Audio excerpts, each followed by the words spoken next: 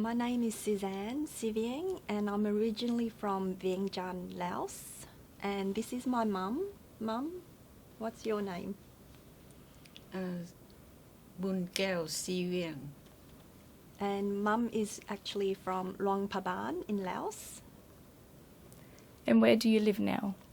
We live in Sydney, Australia, and mum actually resides in Cabramatta. When did you migrate to Australia? We migrated to Australia in 1979. And how old were you both at the time? Mum was 34 years old and I was about 4.5. Can you tell us a bit about the reasons for leaving your home in Laos? What was the situation like? Okay, the main reason why we left Laos was to reunite with our family, because a couple of years earlier my grandparents had left Laos, and that was due to the secret war that was happening in Laos. In 1975, the CIA retreated and withdrew from the secret war, and that's when Laos fell into the power of communists, and there was a lot of uncertainty, and so most of our family had already fled Laos, so we decided to leave as well. It was a hard decision because at that time my sisters and I were quite young and my parents didn't want to leave for that reason. So who came with you? Okay, it was Mum, Dad and my two sisters, Marlene and Judy. And do you remember anything about preparing for the trip? Yes, I don't remember, but Mum tells me that what she had to do was sell a lot of her things, like furniture, clothes, jewellery, anything that we couldn't take, we practically tried to sell. And then some things we couldn't sell, like property, so we just abandoned it. And we basically packed up everything, said goodbye to our family and friends and neighbours, and then eventually fled. Yeah, I have very vivid memories of life back then, but I remember going to school. My parents used to send us to learn to Lao school, and then we also learnt to speak Mandarin Chinese as well, so we were multilingual. Life back then was really good. We were comfortable. My parents had a business, and yeah, basically we were comfortable, yeah, and happy. You already told us a little bit about the moment you left home, but can you also tell us about the journey itself? How did you travel to Australia? Yes, basically we took all our belongings, whatever we could, and we crossed the Mekong River from Laos to Thailand, and we lived in the refugee camp in Nong Khai in Thailand for about 8 or 9 months before we could migrate to Australia. We travelled by plane to Australia. And then you arrived in Sydney? Yes. What was that like? Do you remember? I have a very vivid memory of arriving in Sydney. It was raining that day, and I think my sister was sick. But from what Mum tells me, she feels happy because she was going to be reunited with her parents and siblings, but yet she was also scared because of the uncertainty, like how we're going to survive with no job, no income, no place to live, things like that. So, but there was mixed emotions about coming to Australia. And do you remember noticing any real differences about living here versus living back in Laos? There is a difference. It's not as chaotic because Laos was always under some sort of conflict or chaos. It was not so much like the Vietnam War or what the Cambodians experienced, because Laos was a landlocked country, and because of its geographical location, a lot of people used Laos as a place to spy on their enemies. And at that time, between, I think it was 55 to 73, the US government used to bomb Laos with cluster bombs, and they did that under the intent that they thought the North Vietnamese were smuggling supplies through Laos to Vietnam and across the borders, and also smuggling secrets or troops across. And it was very chaotic and not very stable or peaceful, and the country was basically, not a good place to raise family. And the difference would be that in Australia it's so peaceful and there's no bombings. You can't hear a lot of bombings going on. There's no fighting or civil war between anyone in Australia, so it was more peaceful.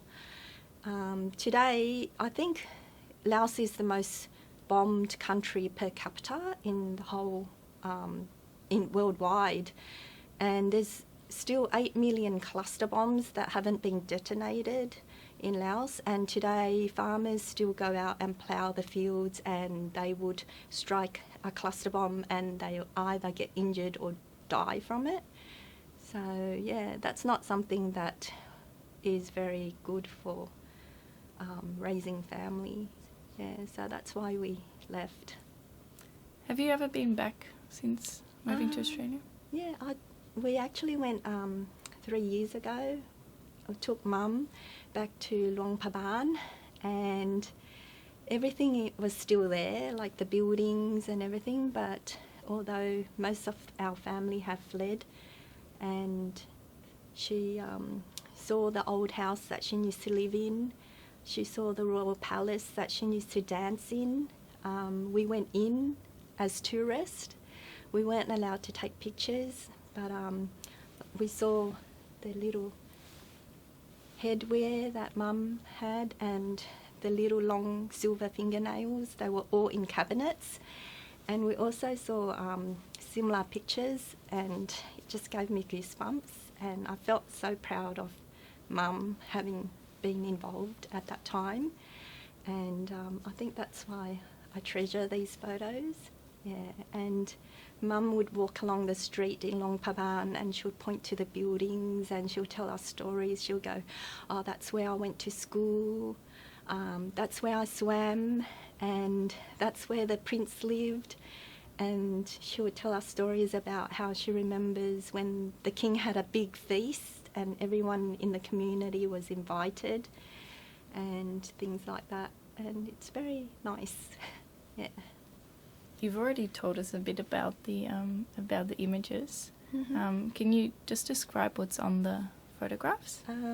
This one here it was taken in 1963, April 13, 1963. It shows the King of Laos and the Queen of Laos at the time, and Mum there in her traditional Laos costume, and she was part of the dancers that was dancing and performing in front of the King and Queen of Laos. And in April 13, 1966, that was the Laos New Year, and it was the Laos New Year festival. It's a very significant celebration and time for the Lao people because it's a time where everyone gets blessed with renewed health and energy and prosperity, I guess, for the next year. Yeah. So. Has your mother danced since moving to Australia? No, not really. But what she has done is she has encouraged us, my sisters and I, to dance. So hence she brought the traditional costumes with her as well. And when we were in primary school, they had International Day, and she would get us dressed up in our Lao traditional costumes, and she would get us to participate with all the other like kids from Laos, and we would learn how to dance in Laos traditional way, and she would get us to perform in front of other students on that day as well. So, yeah. And then there's one more object in the middle. Mm. What is that? That is a rice keeper. So if I can just take it out, I'll show you. If you open it up, what you do is you put your rice in there, but it's not your normal rice. In Laos, the sticky rice is the main staple in the Laos community. Sticky rice is very different to the normal rice that we all eat. It's more translucent and it's sticky. You can actually hold it in your hands. So this is a rice keeper. In Laos, it's called tip khao. So what the Lao people do is they steam their sticky rice and they put it in the rice keeper, and the rice keeper also acts as an insulation for the rice, and it keeps it hot for a long period of time. So that's what this is, and it's made out of bamboo. And what's so special about this one is that it's over 40 years old, and Mum brought it with her all the way from Laos, and she got the weaver to weave our surname on it, so Sivieng, and you don't get that here anymore, so that's why it's so valuable to us. Yeah. Thank you. One last question. Why do you think it's important to share your story and these objects with a bigger audience? The main reason is so that we can pass on the stories. For Mum, it's so that she can pass on the stories to us as children and to the grandchildren. But I think it's also important to share our stories so that other people who share the emotions of joy, sorrow, courage, things like that in our stories are inspired by it, and they can feel a connection to it and understand it, and maybe perhaps in that sense we can move forward together as a community. Yeah.